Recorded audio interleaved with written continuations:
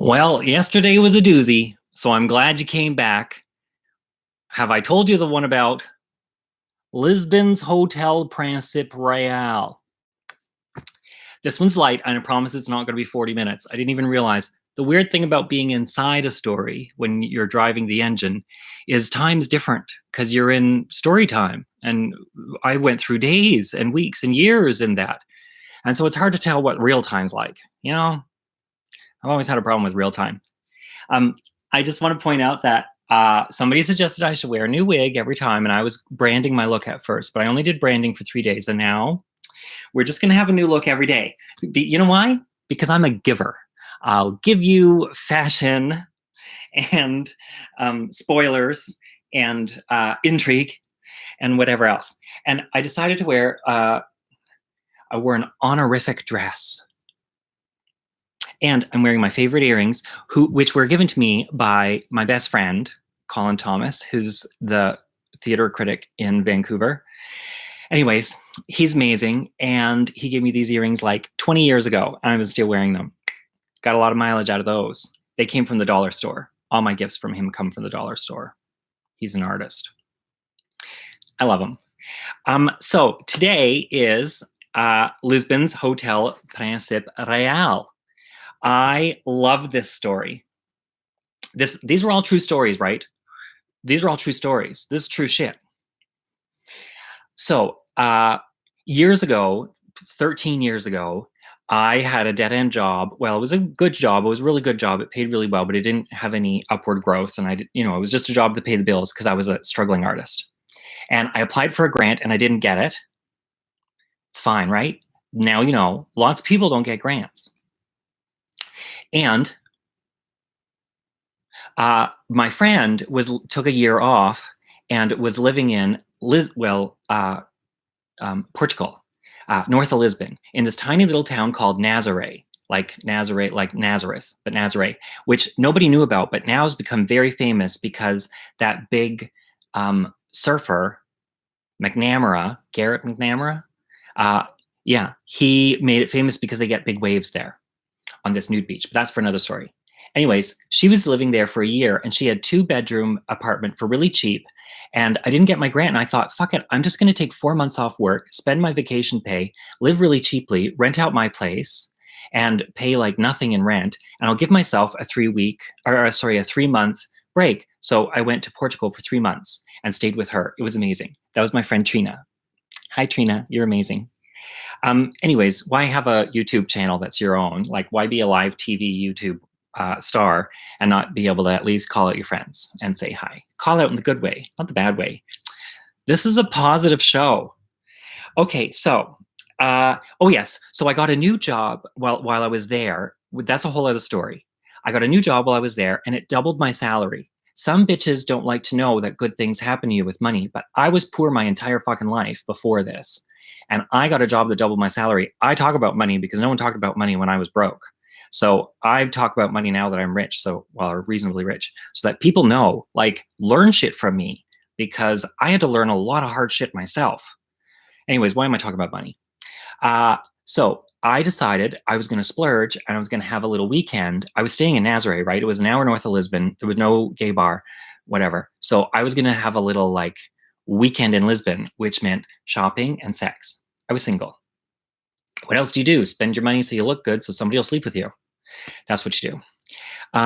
And I decided to rent a 4-star hotel because the economy wasn't great in Portugal. And so it was pretty cheap to live. And a 4-star hotel was like $125 Canadian.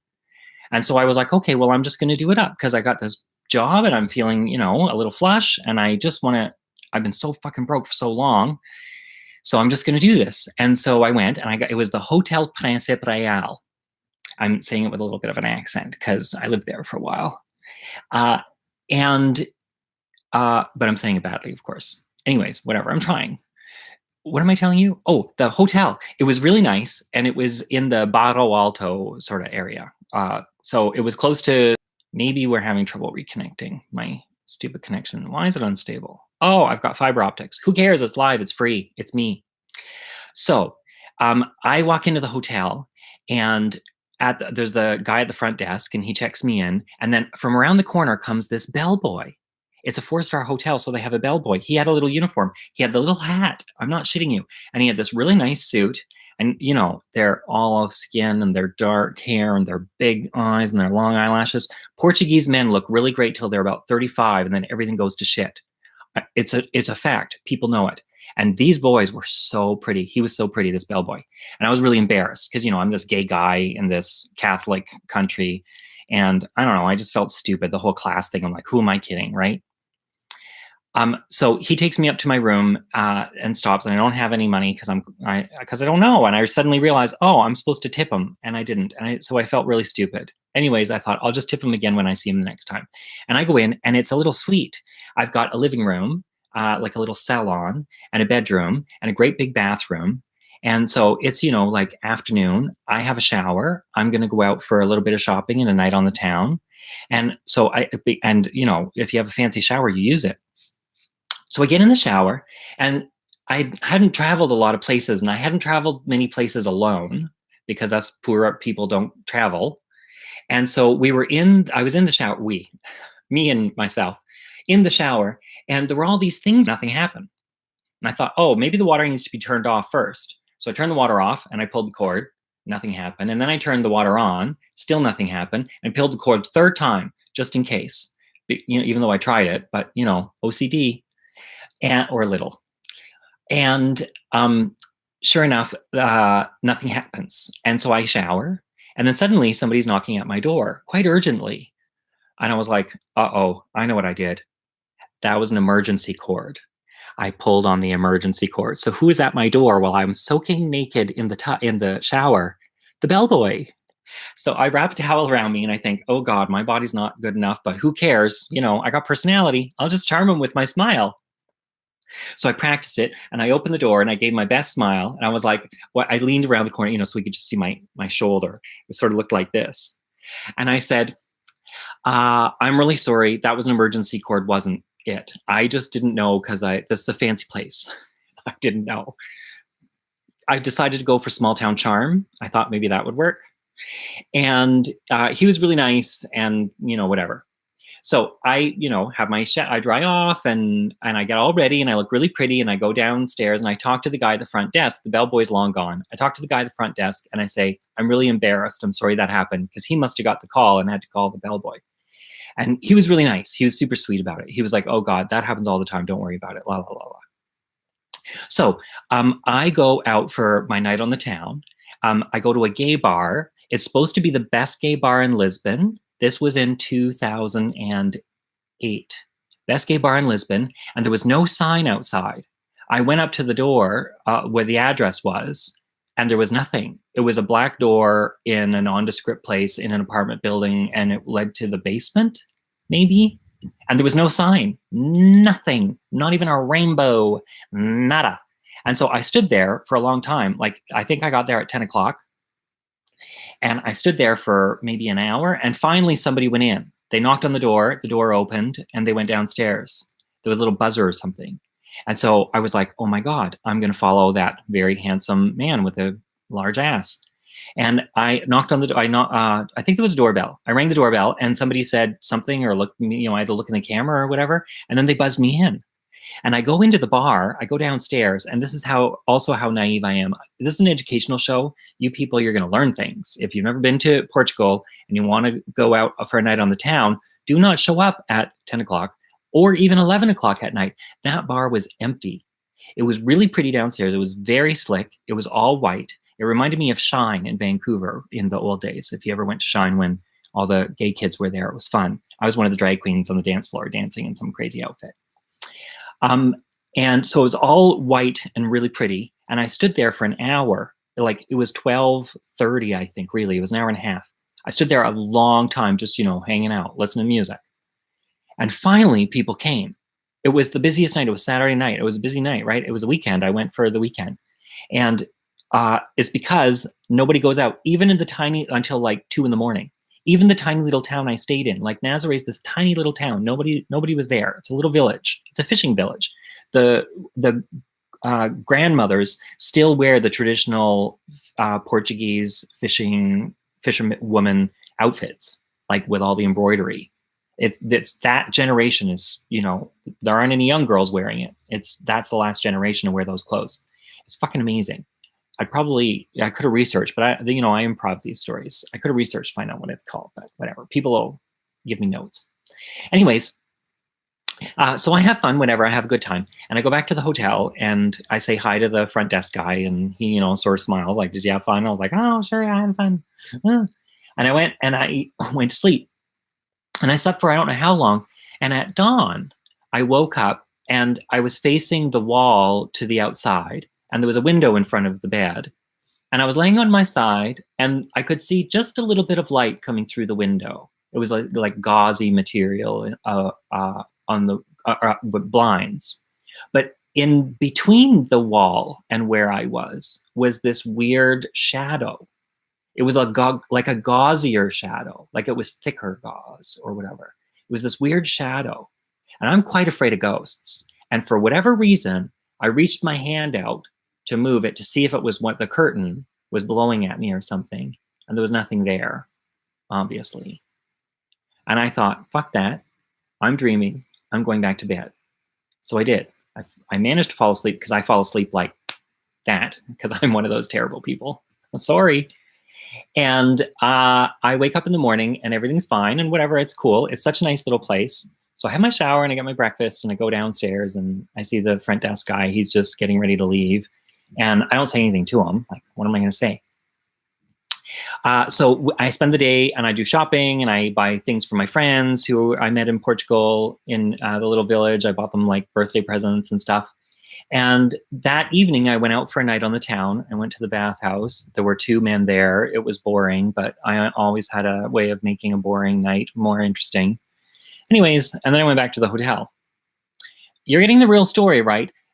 The way to normalize gay sex is to just have gay people talk to you about sex like straight people talk to you about sex. So you just get used to it. It's familiarity. That's all it is. You don't have to do it, but you do have to listen. Okay, so here's the thing. Where was I? Oh yeah. So I had sex and I went back to my hotel and I saw the same front desk guy. He just worked there. He worked there every night. So we were on our routine and it was just polite. And I went to bed. And at dawn, I was sleeping and a cat jumped onto the end of my bed. And I had a cat as a child. So I thought, oh, I'm dreaming. Isn't that weird? And then I felt the paws of the cat between my legs, like pushing down on the bedding that was over me. It's like I felt the bedding moving against my leg. And then I started to wake up and I was like, what's going on? And then the cat sat down on my butt. It was a springier butt back then. The cat sat down on my butt and my butt started to burn and it burned all the way down my legs. And it was a weird sensation. Like it was like the pins and needles that you get when your legs fall asleep, except my entire lower torso, my entire lower half, my butt and my legs, lower torso, my butt and my legs. This isn't an anatomy class. My butt and my legs tingled like crazy, and they were burning hot. It was like somebody dropped me into a superheated bath or hot tub. And so it prickled and it was really, really hot. And I woke like I was awake and I turned the light on and it was still happening. And there was no cat on my bed. And it was such a real feeling. I thought, I need to search the hotel room. I'm so terrified of fucking ghosts, like you would not believe. And I looked under the fucking bed because I'm a fucking hero. I looked under the bed. It was insane. I checked the whole apartment. I looked all around. I looked in every bedroom. I even looked a few times in case I went this way, and it went that way because you could get, those little bathroom switcheroo. You get to the bathroom from a little hallway. Anyways, no cat. Obviously, no cat. So I turn off the lights and I tell myself to calm down and I do my little prayer to baby Jesus like I sometimes do when I'm super freaked out. Because who are you going to pray to? You pray to something. My baby Jesus isn't the biblical one. He's just this fabricated entity that sometimes materializes in an orange globe that I put around people in order to keep them safe. I'm telling you shit I don't tell anybody. I have these visualizations, just little rituals. Maybe I am OCD, whatever, just a little. Don't look at me. So I go back to sleep. I manage to fall asleep. And I wake up in the morning and it's time for checkout. And I get all my stuff together and I'm taking a shuttle back so it leaves early enough in the morning. And so I catch the front desk guy and we do all the financial things. And he says, how was your stay? And I just casually, right? How was your stay? And I was like, good. And he said, oh, there was a pause there. Is there something, I can help you with? I was like, well, here's the thing. I thought I had a visitation 2 nights in a row. Like both nights in the morning, I woke up at dusk and I thought I saw a ghost. And he was like, what room were you in? Were you in room, I don't know, let's say it was 302 or something like that, 302. And I remembered when I gone into that room, there'd been a little nameplate next to the door. And I wondered why there was a nameplate there. Like, what was this story? And he says to me, were you in room 302? And I was like, and I said the name. And I can't remember the goddamn name. I think I did some research and I think it's Amalia Rodriguez. Anyways, I think, but we still don't know. I did so much research trying to find the name. I couldn't find it. Anyways, so he says room 302 and I say, Amalia Rodriguez. I tried to say it really well. And he said, yes. Or maybe he said, sí, saint. And I said, yeah, that was my room. And he said, oh, well, she used to live here in this hotel after her divorce for a little while. So that was the room she lived in. And that's why we put her name on the door. And we used to call her the Black Cat because she had long black hair and she would wear a long black dress. So we called her, well, La Gato Preto, which is the Black Cat. And every single hair on my body lit up. It was like a radio antenna. It was like I had walked through the veil of something and had passed through the other side. It was amazing. And that is the story of Lisbon's Hotel Principe Real. Be careful where you put your hands. Wash them. Thanks for listening. Love you. Oh, Jesus. I'm so bad at this. I'm such a natural not YouTube star turning into a YouTube star that I don't even remember to say, like my page, share my link, subscribe. Something like that.